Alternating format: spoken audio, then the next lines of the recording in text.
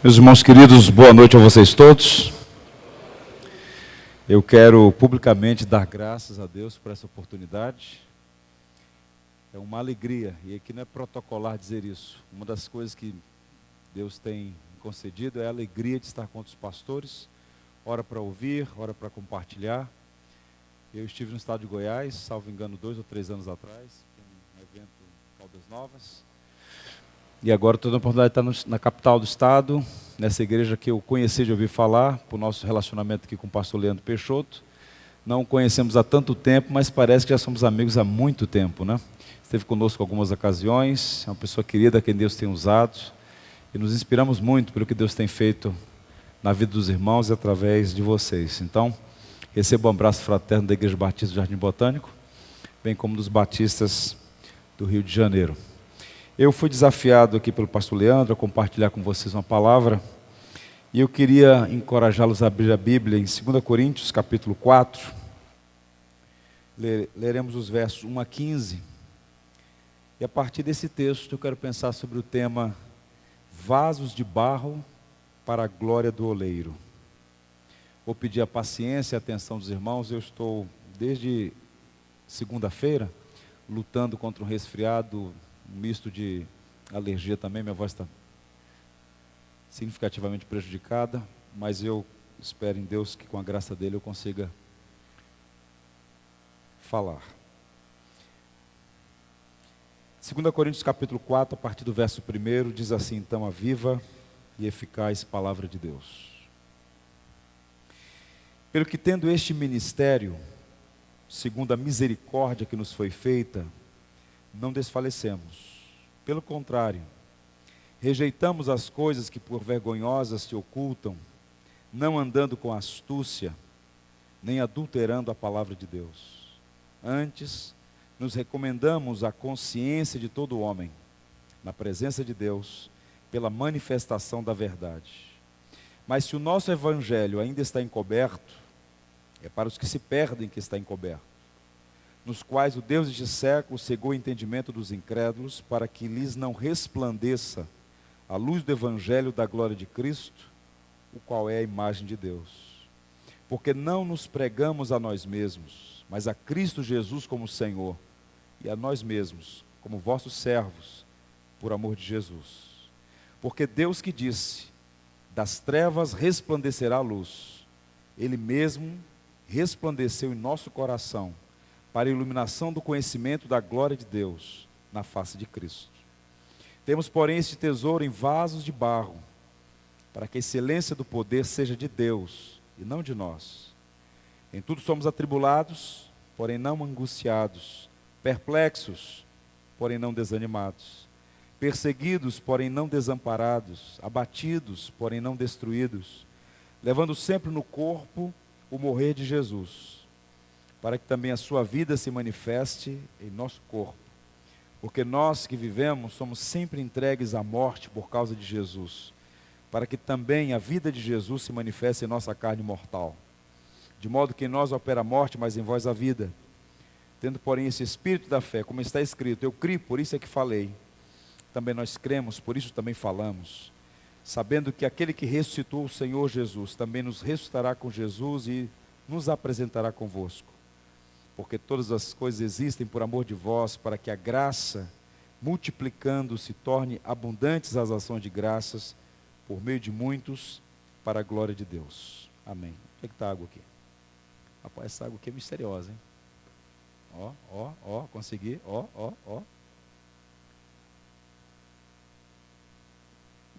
Vou tentar, Cai? Não cai, isso aí. Meus irmãos, no dia 28 de agosto do ano 430 da era cristã, faleceu um homem com o nome Aurelius Augustinus, mais conhecido como Santo Agostinho. Ele tinha 75 anos quando faleceu. E Agostinho foi um dos maiores teólogos do cristianismo, um homem que exerceu uma influência enorme, não apenas na igreja, mas no ocidente. É uma das mentes mais prodigiosas, arguta, um homem inteligentíssimo, boa parte das doutrinas que nós cristãos abraçamos como doutrinas ortodoxas foram sistematizadas por aquele africano do norte da África, que nasceu como um berbere, mas foi criado como um latino, o gigante Santo Agostinho. Um dos legados de Agostinho não foi apenas no campo intelectual. Agostinho era um pastor. Eu tenho percebido que esse divórcio entre o pastor e o teólogo tem feito muito mal às igrejas. Todo pastor é um teólogo, resta saber se ele é bom ou ruim, se ele é bíblico ou não, mas todo pastor é um teólogo, embora nem todo teólogo seja um pastor. E Agostinho foi um grande pastor, ele exerceu um bispado na região de Hipona, Agostinho de Hipona, e então uma influência sobre várias igrejas do norte da África. Ele viajava a cavalo, visitando os pastores, encorajando. Pois bem, quando os vândalos invadiram o norte da África, e saíram devastando completamente toda aquela região, que outrora foi berço da fé cristã, quando eles invadiram Hipona, logo depois, semanas depois da morte de Agostinho, só houve duas coisas que eles não destruíram: a igreja e a biblioteca de Agostinho. E quando essa biblioteca foi transportada para a Itália, e boa parte dela está lá, descobriu-se o chamado Epistolário de Santo Agostinho. Não é de pistola não, é de epístola. As epístolas de Agostinho, as cartas que ele escreveu, as cartas que recebeu. E boa parte desse trabalho pastoral não foi feito por WhatsApp, não foi feito por Facebook, nem por e-mail. Cartas, pastoralmente escritas. E ele muitas vezes teve que encorajar pastores desanimados, vasos quebrados, pastores que tropeçaram, pastores que lutavam contra os seus próprios pecados, pastores que estavam em crise por conta de heresias que haviam infiltrado na congregação. E as cartas são de alta densidade teológica e ao mesmo tempo profundamente ternas e pastorais. Numa dessas cartas, Agostinho, teólogo e pastor, disse assim: pregar, repreender, corrigir, edificar, cuidar de almas individuais é um grande fardo, grande trabalho, grande luta. Quem não evitaria este trabalho? Mas o Evangelho me constrange. O que ele estava dizendo é que em toda a história da igreja cristã, nós vamos encontrar uma grande nuvem de testemunhas que atestam duas grandes verdades, paradoxais verdades sobre o ministério pastoral. O exercício do pastorado é simultaneamente uma fonte de tristezas e de alegrias. Agostinho as experimentou. O apóstolo Paulo, maior teólogo da igreja, ao mesmo tempo um profundo pastor de almas, experimentou alegrias e tristezas no cuidado do rebanho. E observe que só foi possível ao apóstolo Paulo, a Santo Agostinho e a todos os demais pastores nessa grande e longa tradição cristã pastoral continuar firmes nesse ministério, pendular nas suas emoções, tristezas e alegrias. De manhã você está na maternidade, ao final do dia no cemitério. Só é possível se manter firme e cumprir o propósito pelo qual Deus mesmo separou o pastor para esse exercício, é por causa do refrigério que a graça de Deus dá. Graça não deve ser para nós uma palavra frívola, que a gente canta, que a gente fala, que a gente usa. Graça é uma palavra riquíssima. Sem a graça de Deus, nenhum de nós estaria aqui. Agostinho está falando isso. O Evangelho me constrange. O Evangelho é graça do início ao fim. E a carta que nós acabamos de ler, a segunda carta de Paulo aos Coríntios, foi escrita com lágrimas. No meu modo de pensar, de todas as cartas que Paulo escreveu, e um texto do Novo Testamento foi escrito pelo apóstolo São Paulo, esta carta ela foi escrita debaixo de intensas e constantes lágrimas. Paulo havia plantado aquela igreja, Paulo amou aquelas pessoas, Paulo cuidou daquelas pessoas, Paulo investiu mais tempo em Corinto do que boa parte das cidades pelas quais ele passou. Paulo conhecia aquelas pessoas pelo nome. E não obstante a todo o afeto, todo o cuidado do apóstolo Paulo, quando ele saiu de lá, falsos profetas se imiscuíram naquela igreja e começaram a levantar suspeição sobre o caráter de Paulo, levantar dúvidas quanto à autenticidade do seu apostolado. E a igreja se dividiu, partidarismos. E havia um grupo expressivo da igreja que ele fundou e que ele amava, que dizia: esse Paulo não é pastor não, eu acho que aqueles homens estão certos. E Paulo então escreveu algumas cartas, das quais nós temos duas, a primeira e a segunda carta aos Coríntios. E nesta carta Paulo vai tratar a natureza do evangelho. Em seguida ele faz uma defesa do apostolado, não para se envaidecer, mas para dizer que ele é sim um autêntico apóstolo, um autêntico pastor. E ao fazê-lo, ele estabelece para nós aqui verdades essenciais sobre o ministério pastoral, que por vezes a gente se esquece, e que nós podemos pensar a partir dessa metáfora: vasos de barro nas mãos do oleiro, para a glória do oleiro. E eu queria a sua atenção para compartilhar algumas verdades que nós já sabemos, mas que de tempos em tempos é preciso trazê-las à memória, para que possamos exercer esse encorajamento mútuo e seguir em frente, e ao final da jornada dizer como o próprio apóstolo que cumpriu o ministério que recebeu do Senhor. Que verdades são essas que precisamos trazer à memória? Primeiro, o ministério pastoral é um dom concedido pela graça e não um talento conquistado pelo mérito. Ele começa dizendo isso: pelo que tendo este ministério segundo a misericórdia que nos foi feita. Na primeira carta ele afirmou com toda segurança que o Espírito Santo, livre e soberanamente, distribui sobre a igreja os dons espirituais, e a concessão desses dons visa fundamentalmente a edificação da igreja e a glória do próprio Deus Trino.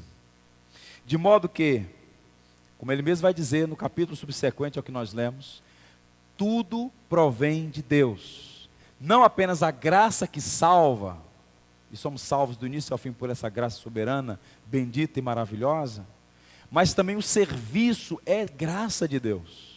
É Deus quem chama, é Deus quem habilita, é Deus quem prepara, é Deus quem sustenta, é Deus quem habilita o pastor nessa jornada que não é fácil.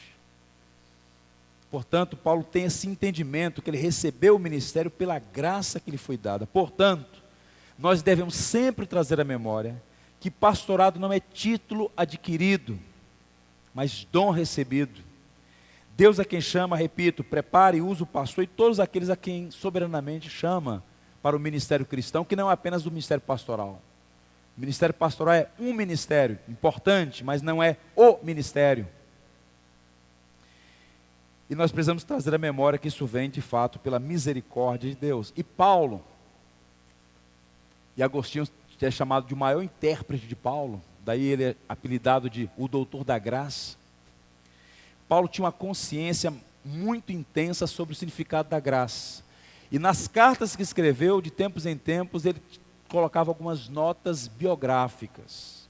E a Timóteo, seu filho na fé, percebam que o que ele está dizendo aos Coríntios está enraizado no seu coração. Ele diz assim: sou grato para com aquele que me fortaleceu. Veja o tom, a linguagem, a teologia de um homem que sabe que é pastor não porque é bom, que é pastor não porque está acima dos demais, que é pastor não porque conseguiu alcançar alguma coisa, mas porque recebeu uma misericórdia, um dom, um sinal da graça. Ele diz: sou grato àquele que me fortaleceu, Cristo Jesus, nosso Senhor, que me considerou fiel, designando-me para o ministério. E aí ele faz uma descrição de si assim: a mim, que no outro tempo era blasfemo, e perseguidor, insolente, mas obtive misericórdia, pois o fiz na ignorância, na incredulidade. Transbordou, porém, a graça de nosso Senhor Jesus Cristo, com fé e amor para com que há em Cristo Jesus, perdão. Fiel esta palavra e digna de toda aceitação, que Cristo Jesus veio ao mundo para salvar os pecadores, dos quais eu sou o principal. Percebam aqui, um homem que está dizendo assim: eu sou salvo pela graça, e eu estou no ministério por essa mesma graça. Quando o pastor começa a pensar que pastorado é título, que ele está na igreja X ou na igreja Y, porque ele é bom, porque ele é o cara, É porque ele já se perdeu nos labirintos da justiça própria. E quando as adversidades do ministério se agigantarem, e é só uma questão de tempo,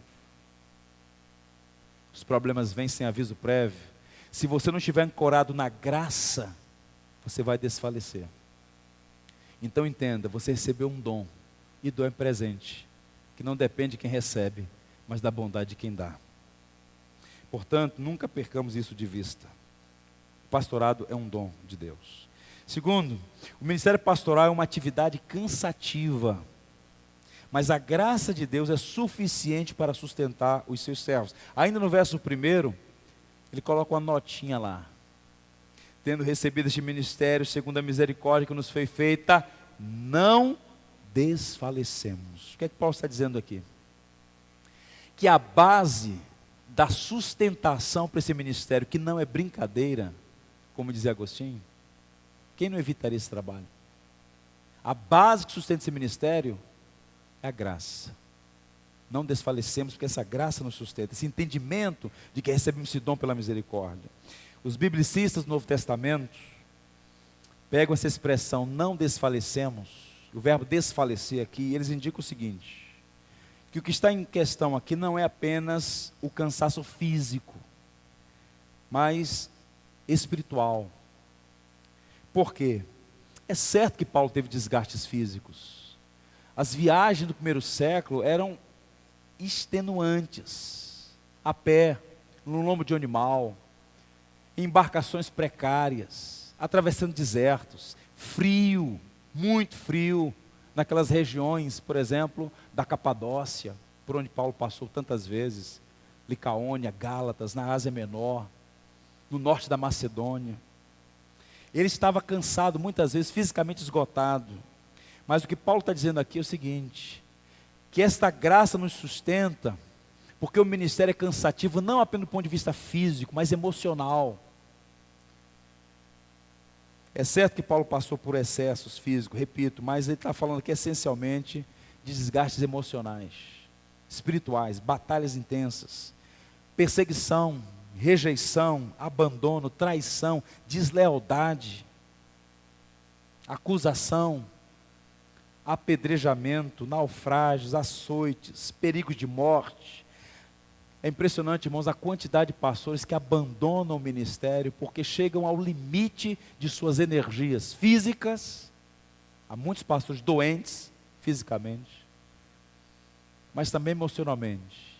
O indivíduo que levanta no domingo de manhã e não tem energia, ânimo, alegria para subir ao púlpito e falar ao seu rebanho.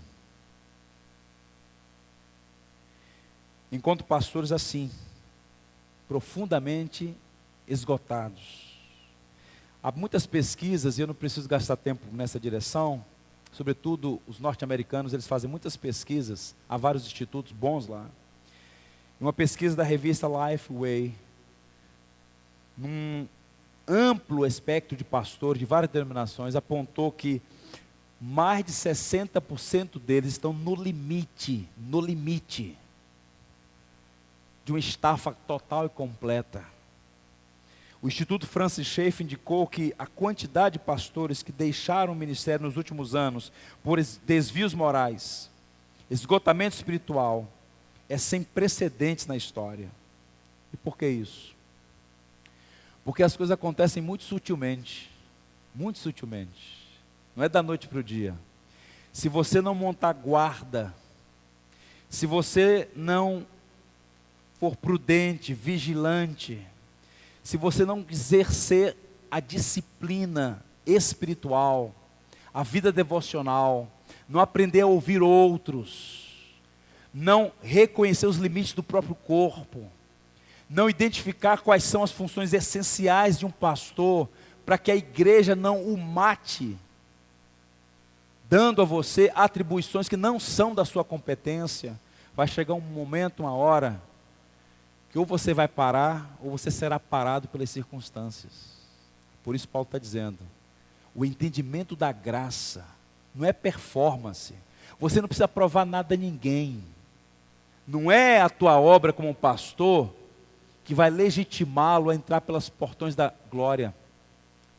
É a graça de Cristo, o que Cristo fez é suficiente para a sua salvação. A igreja não depende de você, a igreja é maior do que você. A igreja vai continuar com ou sem você. A igreja é de Cristo, Ele comprou com seu sangue. A igreja que Cristo contempla na glória já está lá, perfeita, imaculada, sem ruga, sem manchas. Nós somos apenas instrumentos que a providência usa, e é um privilégio para nós sermos usados por Deus, por um curto espaço de tempo. E quando os pastores querem ter gerência de tudo, controle de tudo, no afã de fazer, realizar, e agora com o advento das mídias sociais, sempre mostrando que não são, números fantasiosos, performance pirotécnica, se esgota. Graça, meu irmão. Exerce o teu trabalho como pregador do evangelho, como alguém que pastoreia a sua família, como alguém que antes de falar com os homens, se fala com Deus logo nas primeiras horas da manhã, recebe graça para seguir em frente. E como disse alguém, agradar ao auditório de um ouvido só. Procura apresentar-te aprovado a Deus, como alguém que maneja bem a palavra da verdade. Na segunda carta de Paulo a Timóteo, e aqui eu peço aos irmãos uma licença poética para dizer que é o tipo de documento que a gente tem que ler tirando as sandálias. É terreno santo. Paulo está preso na antessala do martírio, na prisão marmetina em Roma, com a espada romana no pescoço. Reúne forças e escreve a última carta àquele que lhe era mais querido, mais próximo, Timóteo, que está a quilômetros de distância, pastoreando a capital da Ásia Menor, Éfeso, uma das grandes cidades do império, com 250 mil habitantes, uma igreja difícil, numa cultura dificílima, desencorajado, desanimado, doente, inexperiente, solteiro, uma série de complicações. E Paulo então, o velho, já experiente, sabendo que seu tempo chegou ao fim, ele então escreve uma carta a Timóteo, a última carta. E nessa carta ele diz assim, vejam como é que o Senhor encoraja pastores desanimados. Tu, pois, filho meu, fortifica-te na graça que está em Cristo Jesus. A fonte da graça é Cristo. O pastor que bebe desta fonte diariamente vai cumprir bem o seu ministério. E o que da minha parte ouviste através de muitas testemunhas, isto transmite a homens fiéis e idôneos para instruir outros. Participa dos meus sofrimentos como bom soldado de Cristo. Nenhum soldado se envolve com os negócios desta vida, porque o seu objetivo é satisfazer aquele que o regimentou. Igualmente o atleta não é coroado se não lutar segundo as normas.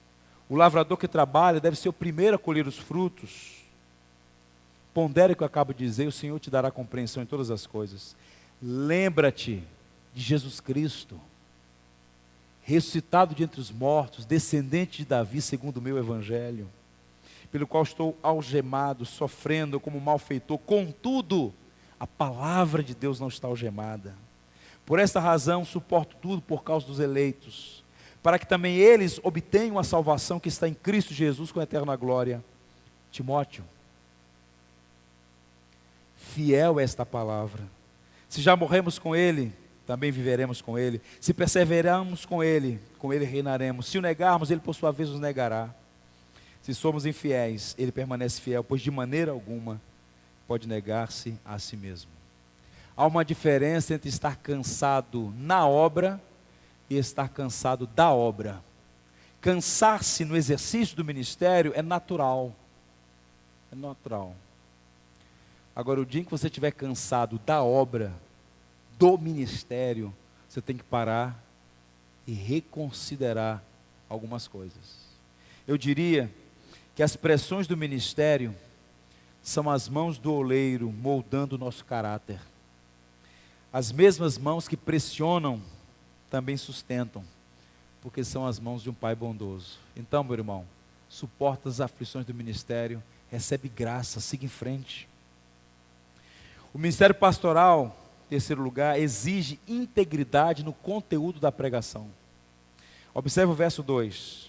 Pelo contrário, rejeitamos as coisas que por vergonhosas se ocultam, não andando com astúcia, nem adulterando a palavra de Deus. Antes, nos recomendamos à consciência de todo homem na presença de Deus pela manifestação da verdade. Aqui uma crítica implícita aos falsos mestres que estavam perturbando a vida daquela igreja.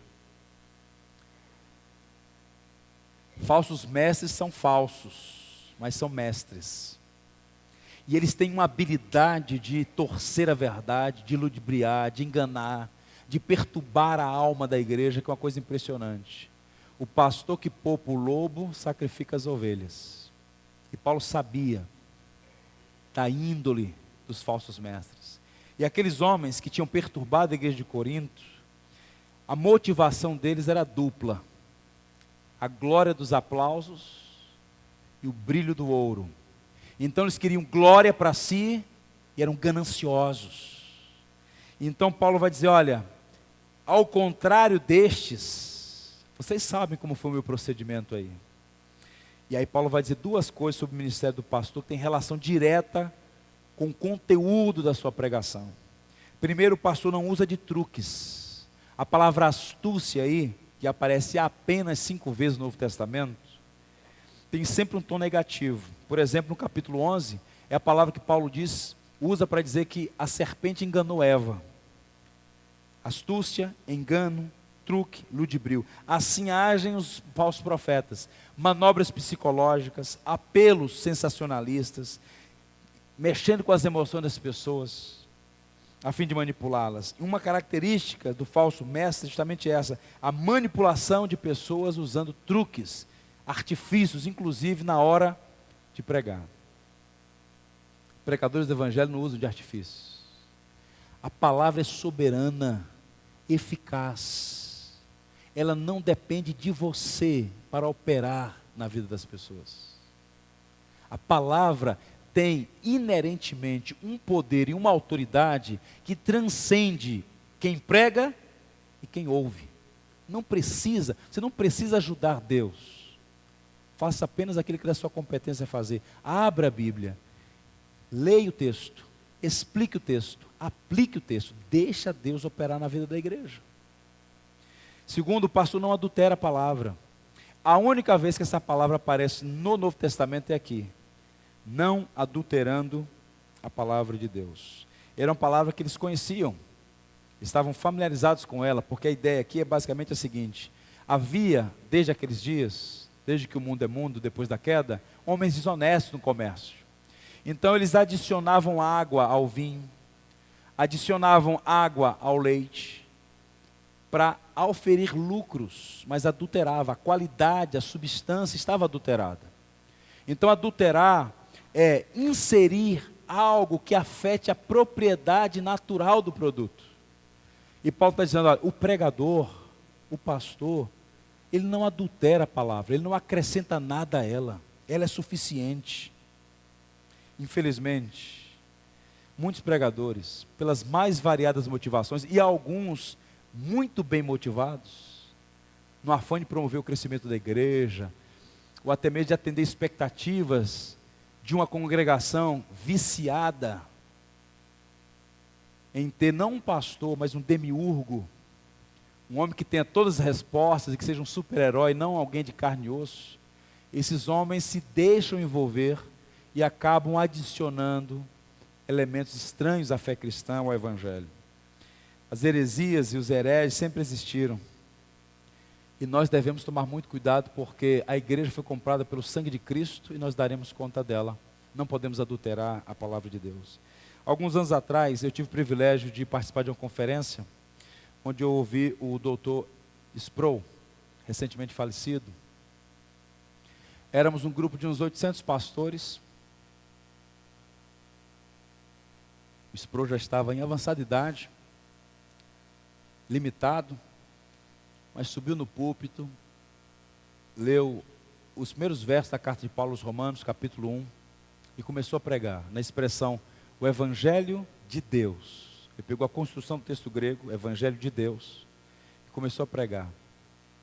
E em algum momento da pregação ele parou emocionado, um pastor experimentado, um teólogo renomado, se dirigindo a jovens pastores, algumas informações, e ele olhou assim para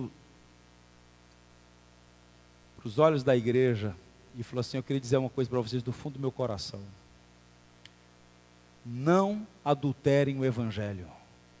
O Evangelho não é meu, não é seu, nem é da igreja. O Evangelho é de Deus. E você seria um amaldiçoado se você adulterasse o Evangelho. Se você adicionasse qualquer coisa ao Evangelho. O Evangelho é suficiente. Pregue o Evangelho. E o Evangelho é Cristo, crucificado e ressurreto. Aos Gálatas, Paulo escreveu assim: admira-me, admira-me. Eu estou estupefato com o fato de que vocês tão rapidamente, eu deixei a igreja ontem, eu já fui informado que vocês deixaram o Evangelho por outro Evangelho que não é o Evangelho, é espúrio, é adulterado. Eu digo para vocês, se um anjo de luz descer e vos pregar outro Evangelho além do que eu preguei, que seja maldito, anátema. É sério isso. Portanto, o pastor, ele tem um dever moral diante de Deus que o chamou a ser fiel à pregação do Evangelho. E a igreja tem uma grande responsabilidade.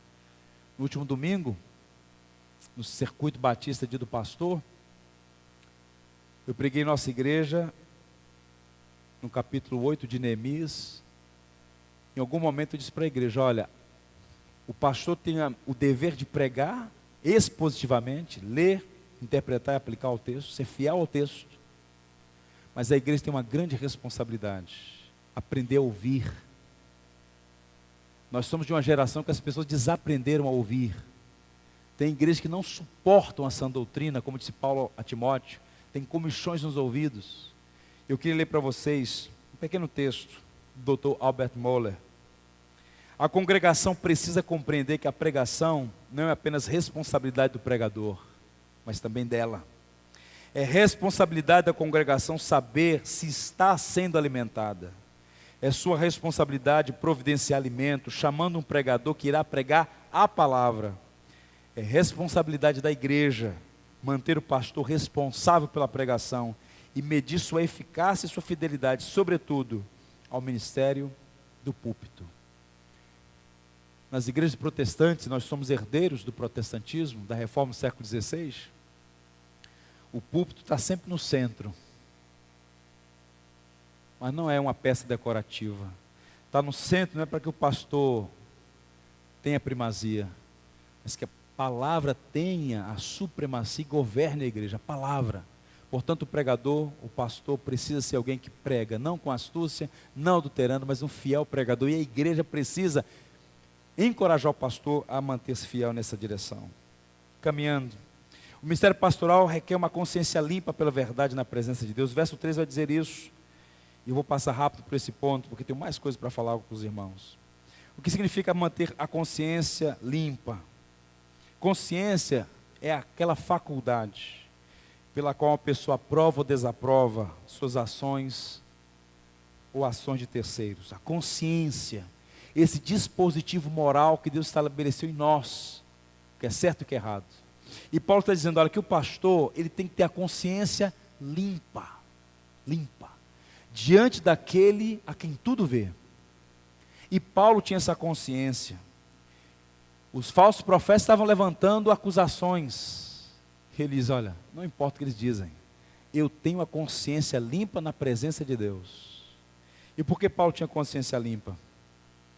Porque Paulo, como bom pastor, ele jamais sonegou o conselho de Deus, todo ele a igreja. Porque observe, meus irmãos, há coisas que são boas de dizer.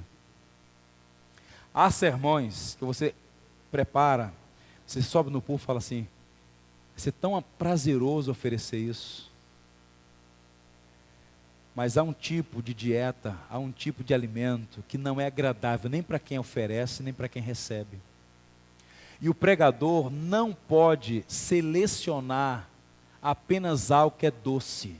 A igreja precisa de remédio amargo também. E Paulo, quando se despediu dos presbíteros de Éfeso, lá no porto de Mileto, naquele texto maravilhoso de Atos 20, ele diz uma coisa interessante. Eu vos protesto, tente imaginar o presbitério na presença do apóstolo Paulo, todos com os corações emocionados, porque nunca mais veriam a face de Paulo, seu grande pastor. E Paulo diz: olha, eu vos protesto no dia de hoje, eu estou limpo do sangue de todos vocês, limpo. Por quê? O que é que pode tranquilizar um pastor e dizer: eu estou com a consciência limpa, não tenho sangue em minhas mãos, eu estou limpo do sangue dessa igreja? Paulo dá resposta, no verso 27, porque jamais deixei de vos anunciar todo o desígnio de Deus.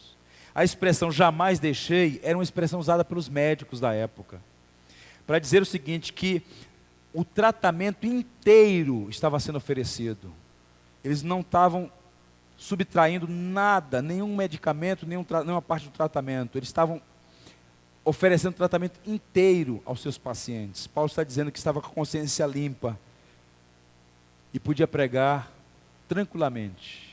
E a consciência limpa é um presente de Deus ao pastor fiel. Dormir, apesar de todos os problemas, ter a tranquilidade. Hoje, eu subi no púlpito e fui fiel ao Deus que me chamou para pregar o Evangelho.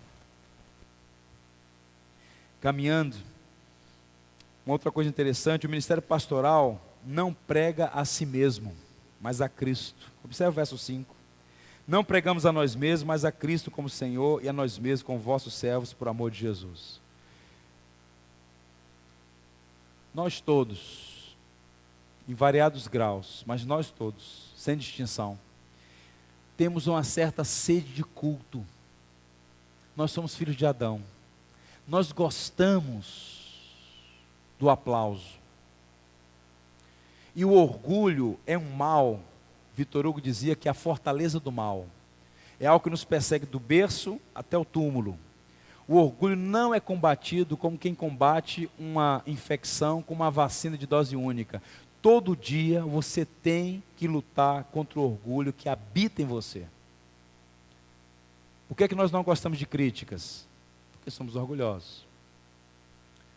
Por que é que nós corremos em busca de elogios? Porque nós somos orgulhosos. E Paulo lutava contra isso. Paulo dizia aos Efésios que ele serviu com toda humildade. Elogios são importantes, nós todos precisamos encorajar uns aos outros, elogiar uns aos outros. E Agostinho, para citá-lo novamente, dizia que preferia a crítica que o corrigia do que a bajulação que o corrompia. E o pastor precisa entender o seguinte, que o ministério pastoral não prega a si mesmo, pregação não é autobiografia. Você pode eventualmente compartilhar uma experiência pessoal, mas o que a igreja precisa não é que você fique todo santo domingo contando as suas experiências, falando de si.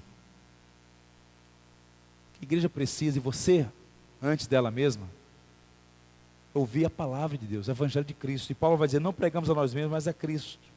E aqueles homens que estavam lá perturbando a igreja de Corinto, eram habilidosos em falarem de si mesmos. E Paulo diz, eu nunca tive aí falando de mim, pregando sobre mim. Nós pregamos a Cristo, e tem mais, Cristo crucificado. Pregamos o coração do Evangelho. Pedro, na sua primeira pregação, depois do derramamento do Espírito Santo, esteja certo toda a casa de Israel, que este Jesus a quem vocês crucificaram, Deus o fez Senhor e Cristo. Portanto, o conteúdo do Evangelho qual é? A vida, a morte, a ressurreição, exaltação do senhorio de Cristo. Louvado seja Deus por isso. Caminhando. O ministério pastoral é um tesouro carregado em um vaso de barro. E aqui eu queria muito sua atenção. Os versos 7 em diante diz o seguinte: temos este tesouro em vaso de barro, para que a excelência do poder seja de Deus e não de nós. Olha o que Deus fez, irmãos, para anular o orgulho humano. Deus pegou a coisa mais extraordinária, o Evangelho, e confiou o Evangelho a homens, esses vasos, limitados, frágeis, filhos de Adão, lutando contra os seus próprios pecados. Por mais saúde que tenha um pregador, na noite para o dia ele vai para uma cama com um resfriado. Deus pegou o conteúdo do Evangelho e colocou ali. E fez com que a pregação do Evangelho, que Paulo chama de loucura da pregação, não porque o conteúdo seja insano, mas o método de Deus é a pregação, um instrumento para infundir fé salvadora. Para que, ao ver o resultado da obra, Deus seja glorificado. pergunto para você: como é que uma pessoa é salva? Como é que uma pessoa é transformada? Como é que uma pessoa é redimida? Mediante a pregação do Evangelho. Não é uma coisa extraordinária? É extraordinário demais. Nos versos anteriores que eu saltei aqui por conta do tempo, Paulo diz que o mesmo poder que tirou Cristo do túmulo é o mesmo poder que traz o homem das trevas para a luz. O mesmo poder que disse haja luz é o poder que vai no coração trevoso do homem e ilumina, abre os olhos para contemplar a glória de Deus na face de Cristo. Portanto, é algo extraordinário. A ênfase, portanto, aqui está na pintura. Não. Na pintura e não na moldura que assegura. Há um professor, antigo professor falecido da Universidade de Cambridge, chamado Paul Atlas, salvo engano, esse é o nome dele. E ele se aposentou e então fizeram uma homenagem à universidade, os alunos, um decano muito antigo. E aí contrataram um pintor habilidoso de Londres para fazer um retrato do professor. E no dia da cerimônia, eles tiraram então o pano de sobre a tela e ficou de fato um retrato muito bonito, muito bem pintado. O artista era brilhante. E o Paul Atlas teria dito assim: no futuro, quando olharem para esse retrato, as pessoas não vão perguntar quem é o homem no retrato, mas quem pintou o retrato. Quando a gente olha para a igreja, o que Deus tem feito no mundo, a gente só pode atribuir isso ao poder de Deus, não à habilidade do pregador. É o poder de Deus. Deus colocou o tesouro do Evangelho em vaso de barro, para que a glória seja dele e não nossa. Um planta, o outro rega, mas quem que dá o crescimento, irmãos? Quem? É o Senhor quem dá o crescimento, para que a glória seja dele. E caminhando para o final, a vulnerabilidade do vaso revela que é o Senhor quem sustenta. Observe o verso 8 e o verso 9. Em tudo somos atribulados, porém não angustiados, perplexos, porém não desanimados, perseguidos, porém não desamparados, abatidos, porém não destruídos. Quando eu leio essa passagem, sabe o que me vem à memória? É o seguinte: não há ministério indolor. Se você não quiser se aborrecer, se você não quiser se entristecer, o ministério pastoral não é o caminho para você. O ministério pastoral inerentemente é doloroso. Quem quiser evitar aborrecimentos pode vender algodão doce na praça, por exemplo, para as crianças. Agora, cuidar de igreja é doloroso. E aí Paulo vai dizer esses paradoxos. Porém, temos atribulações, mas não angústia. É diferente. A paz, uma paz que excede todo entendimento. Perplexos, sim. Chocados, como Paulo ficou chocado com os Gálatas, mas não desanimados. Que desânimo crônico, não. Há dilemas pastorais, há tensões o dia inteiro, constantemente. Mas a graça de Deus nos ajuda a seguir em frente. Perseguidos, sim, mas não desamparados. Abatidos, sim, mas não destruídos. Paulo está dizendo para aqueles irmãos então, há uma vulnerabilidade no vaso. O vaso é de barro, mas quem sustenta é o oleiro. Para a glória do próprio oleiro, ele sustenta os vasos de barro. Paulo, escrevendo a Timóteo, diz assim: vejam que a palavra de alguém que sabia que o ministério não era indolor. Na minha defesa, na primeira, ninguém foi a meu favor. Todos me abandonaram. Que isso não lhes seja posto em conta. Mas o Senhor me assistiu e me revestiu de forças, para que por meu intermédio a pregação fosse plenamente cumprida, e todos os gentios a ouvissem, fui libertado da boca do leão. O Senhor me livrará também de toda a obra maligna, e me levará salvo para o seu reino celestial. A Ele glória pelos séculos dos séculos. Amém. Deus é quem sustenta o vaso de barro. É Ele que pega essa vulnerabilidade inerente ao ser humano e o cerca com uma graça muito especial. E o último ponto da minha fala: o sofrimento do barro, o sofrimento do obreiro, o sofrimento do pastor é por amor a Cristo. Paulo tinha tudo para seguir outra carreira. A formação de Paulo, a sua mente, o seu currículo, criado aos pés de Gamaliel, tinha tudo para ser um grande rabino, um homem de posses, um homem que não teria necessidade de passar pelos problemas pelos quais passou. Mas o evangelho o constrangeu, alcançado por Cristo no caminho de Damasco, ele diz: olha, a minha vida não é mais preciosa para mim mesmo. Tudo, absolutamente tudo, à luz de Cristo, eu considero esterco. Eu quero agora é conquistar o amor para o qual também fui conquistado. O seu sofrimento era por amor a Cristo. Tudo que Cristo sofreu por nós foi por amor. E nós respondemos ao sofrimento e ao amor de Cristo com amor e resiliência nas aflições do ministério. E os versos 10 a 15 vão apontar nessa direção. Eu queria encerrar fazendo duas coisas. Lendo um pequeno trecho